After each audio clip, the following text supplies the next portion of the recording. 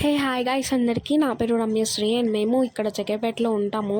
And నేను మీ ముందుకి ఈరోజు ఒక మంచి విషయంతో వచ్చాను. అదేంటి అంటే లక్ష్మీస్ హెర్బల్స్ వారి హెర్బల్ హెయిర్ ఆయిల్ అండి. ఇది అయితే పక్కా న్యాచురల్ 100% న్యాచురల్ ఇంగ్రీడియంట్స్ దీంట్లో యూస్ చేసేవి.